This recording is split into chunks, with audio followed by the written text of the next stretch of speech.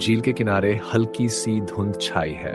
हवा में ठंडक और पानी से आती अजीब सी गंध। एक आदमी झील के बिल्कुल किनारे खड़ा है, उसका चेहरा उदास, आंखें किसी गहरे सोच में डूबी हुई। अचानक पीछे से कदमों की आहट। जान। उसकी पत्नी पास आती है। वो धीरे धीरे मुड़ता है और जैसे ही उसकी नजर पत्नी पर पड़ती है, उसकी आंखें डर से चौड़ी हो जाती है। चेहरा दम से भयानक होता है और बिना कुछ कहे थप वो पानी में कूद जाता है। पत्नी चीखती है, नहीं, रुक जाओ। वो रोते हुए कहती, मेरी जगह मुझे ले जाओ। पानी में हलचल होती है और अचानक उसका पति ऊपर आता है। चेहरा अब शांत, आंखें स्थिर, जैसे डर कभी था ही नहीं।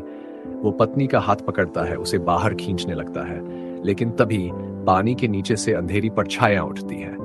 पत्नी चीखती है और अगली ही पल एक रहस्यमयी ताकत उसे नीचे खींच ले जाती है। पति बचाने की कोशिश करता है, लेकिन उसकी टांगे किसी अदृश्य पकड़ में बंध चुकी है। पानी में मौजूद है मत्स्य कन्याई। उन्होंने पत्नी की जान ले ली, उसकी जगह किसी और को ले जाने के लिए। साल 2000 जून, एक नया सीन, स्विमिंग पूल में हंसी खुशी का माहौल। एक लड़की मरीना और उसका मंगेतर रोमन मरीना को तैरना सिखा रहा है, क्योंकि मरीना को तैरना नहीं आता। तभी रोमन का दोस्त आता है, चल रेस लगाते हैं। रोमन मजाक में मान जाता है। मरीना किनारे खड़ी इंतजार करती है, लेकिन अकेले में मरीना खुद तैरने की कोशिश करती है और गटक गटक गटक वो डूबने लगती है। रोमन को पता ही नहीं चलता जब तक रेस खत्म नहीं होती। तभी वो देखता है मरीना पानी में बेहोश। रोमन कूदकर उसे बचा लेता है, लेकिन इस हादसे के बाद दोनों में झगड़ा हो जाता है। रोमन अपने दोस्त के साथ उस पुराने घर में पहुंचता है जो झील के किनारे है। यही सच सामने आता है, यही घर रोमन के पिता का है और उसी झील में उसकी मां की मौत डूबने से हुई थी। मत्स्य कन्याओं ने उसे खींच लिया था और उसी दिन से उसका पिता पागल हो गया। हाँ, वही आदमी, कहानी की शुरुआत में झील किनारे था, वो रोमन का पिता है। रोमन का दोस्त उसे स्टैग पार्टी में ले जाता है। बेसमेंट में पानी भरा दिखता है, सबको लगता है बारिश का पानी होगा, लेकिन रात में रोमन पार्टी छोड़कर झील किनारे बैठ जाता है। फोन करता है मरीना को, लेकिन वो व्यस्त होती है। रोमन तैरने के लिए झील में उतरता है और तभी वो दिखती है, एक खूबसूरत लड़की, भीगे बाल, चमकता चेहरा, बैठी है, बाल संवार रही है। रोमन उसके पास जाता है, वो मुस्कुराती है, क्या तुम मुझसे प्यार करते हो? रोमन ठहर जाता है, लेकिन पीछे से मरीना की आवाज आती है। वो पलटता है और अगली सुबह रोमन किनारे बेहोश पड़ा मिलता है। उसके दोस्तों को किनारे एक कंघी मिलती है। वही कंघी मरीना को रोमन के कपड़ों में भी मिलती है। मरीना डरने लगती है और रोमन के अजीब बर्ताव के बाद सबको शक होता है कि शायद वो किसी दूसरी लड़की के साथ है, लेकिन मरीना की बहन को पता चलता है यही कंघी उसके पिता और मां की पुरानी फोटो में भी थी। अब रोमन को हर जगह वो मत्स्य कन्या दिखने लगती है, नहाते वक्त, ट्रेनिंग में, और हर बार क्या तुम मुझसे प्यार करते हो? वो भागने की कोशिश करता है, लेकिन अब बहुत देर हो चुकी है, क्योंकि झील ने एक बार फिर अपना शिकार चुन लिया है। स्विमिंग पूल के किनारे चारों तरफ सन्नाटा। रोमन खड़ा है, हाथ कांप रहे हैं, आंखें लाल, और सामने वो मत्स्य कन्या जिसकी आवाज उसके कानों में गूंज रही है। क्या तुम मुझसे प्यार करते हो? रोमन चीखता है, नहीं। लेकिन मत्स्य कन्या की चीख उसके अंदर तक उतर जाती है। वो खुद पर काबू खो बैठता है। लोग दौड़ते हैं, होश में आओ। सब मिलकर उसे किनारे खींचते हैं। कुछ घंटों बाद अस्पताल का कमरा। रोमन बुखार में तप रहा है, पसीने से भीगा हुआ। धीरे धीरे सबको कहानी सुनाने लगता है। उससे मिलने के बाद सब अजीब हो गया। वो हर जगह मेरे साथ होती है, हर जगह। अल्जर आगे झुकता है, पहली बार कहाँ मिली थी? रोमन की आवाज कांपती है, झील के किनारे उसने मेरी शर्ट पहनी हुई थी। ये सुनते ही मरीना का चेहरा सख्त हो जाता है। वो गुस्से में वहां से निकल जाती है। रोमन उठने की कोशिश करता है, लेकिन कमजोरी से कदम लड़खड़ा जाते हैं। मरीना को अचानक एक अजीब आवाज सुनाई देती है। वो गलियारों में अलग अलग दिशाओं में भागने लगती है, रोमन भी पीछे पीछे। और फिर एक कमरा, अंदर वही मत्स्य कन्या। जैसे ही रोमन अंदर जाता है, धड़ाम, दरवाजा बंद। वो उस पर टूट पड़ती है, लेकिन तभी लोग दरवाजा तोड़कर रोमन को बाहर खींच लाते हैं। एल्जर रोमन को अपने पिता के पास ले जाती है। पहले तो वो मिलने से मना कर देता है, जाओ यहां से जाओ। लेकिन जब रोमन की हालत देखता है, आंसू रोक नहीं पाता और कहता है, मत सुनो मज्जल की बातें, वरना वो तुम्हें अपने साथ ले जाएगी। फिर वो सच बताता है, मैंने भी उसे झील किनारे देखा था।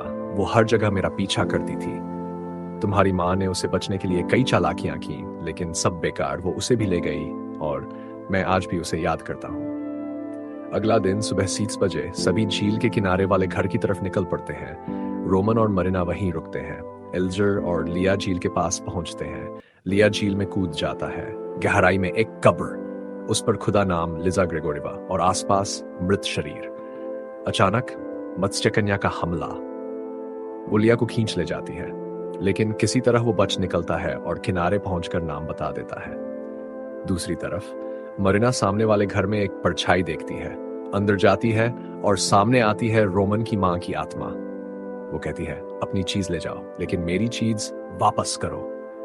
मरीना डरते डरते घर लौटती है। तभी देखती है बेसमेंट की तरफ रोमन को कोई अदृश्य ताकत खींच रही है। वो रोमन को बचाती है, लेकिन पानी में से फिर वही मत्स्य कन्या निकल आती है। मरीना उस पर टूट पड़ती है और रोमन को ऊपर खींच लाती है। एल्जर बताती है, पुराने समय में आत्महत्या करने वालों को कब्रिस्तान में नहीं, झील के किनारे दफनाया जाता था। लिजा भी उन्हीं में से थी। उसकी कब्र अब पानी में डूब गई है, और याद रखना, उसकी कंघी मत लेना। उसकी सारी ताकत उसके बालों में है। मरीना को अब सब समझ आता है। वो तय करती है एक रिवाज पूरा करेगी। वो कंघी को पानी में भिगोती है। आईने में देखते हुए कहती है, अपनी चीज वापस ले जाओ और मेरा प्यार लौटाओ। कंघी गायब हो जाती है और उसी पल पानी में डूबते डूबते मत्स्यकन्या मरीना को अपना अतीत दिखाने लगती है। मत्स्यकन्या का अतीत, एक मासूम लड़की जिसे प्यार का वादा मिला, लेकिन शादी किसी और से हो गई। धोखे का जहर उसके दिल में उतर गया। उसने दोनों को मौत के घाट उतार दिया और फिर छपाक झील की गहराई में छलांग लगाई। उस रात इंसान की आत्मा खत्म हो गई और जन्म हुआ एक मत्स्यकन्या का, जो सिर्फ एक चीज चाहती थी, पुरुषों की बर्बादी। बेसमेंट में लिया के ऊपर जादू का असर। रोमन लड़खड़ाते हुए अंदर आता है। चारों तरफ मरीना जैसे चेहरे वाली मत्स्यकन्याएं, सभी एक साथ। क्या तुम मुझसे प्यार करते हो? रोमन की आंखें उन्हें टटोलती हैं और फिर, हाँ, मैं तुमसे प्यार करता हूं मरीना। एक पल में जादू टूट जाता है। अगली सुबह सब सामान्य लगता है, लेकिन लिया अब भी जादू में फंसा है। वो बेसमेंट की तरफ बढ़ता है। रोमन उसके पीछे। अचानक मत्स्यकन्या हमला करती है। मैं तुम्हारी सब कुछ छीन लूंगी, रोमन लड़ता है। तभी मरीना और एल्जर पहुंचते हैं। तीनों मिलकर उसे खदेड़ देते हैं। कार का सीन। बारिश शुरू। अचानक कार के अंदर पानी भरने लगता है। मत्स्यकन्या फिर सामने। रोमन कांच तोड़ता है, सबको बाहर निकालता है। एल्जर, हमने कंघी वापस कर दी, फिर भी क्यों पीछा कर रही है?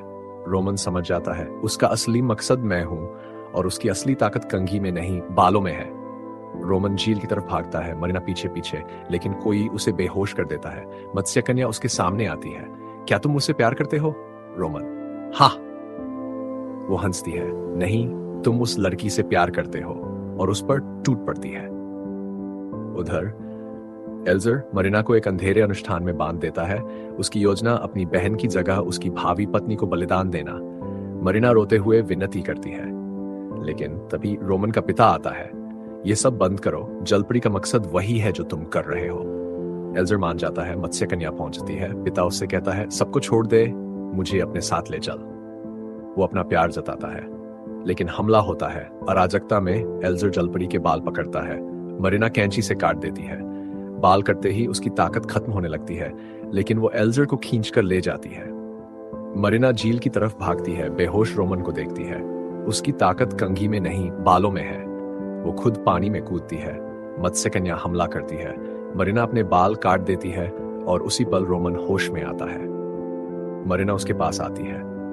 क्या तुम मुझसे प्यार करते हो? रोमन हिचकता है और अचानक उसके बाल काट देता है। वो असली मरीना नहीं, मत्स्यकन्या थी। बाल कटते ही उसकी ताकत खत्म और वो झील की गहराई में विलीन। रोमन कूदकर असली मरीना को बचा लेता है। दोनों किनारे पर एक दूसरे से लिपटते हैं। सूरज की पहली किरण पड़ते ही पानी शांत हो जाता है और झील अपनी हार मान लेती है।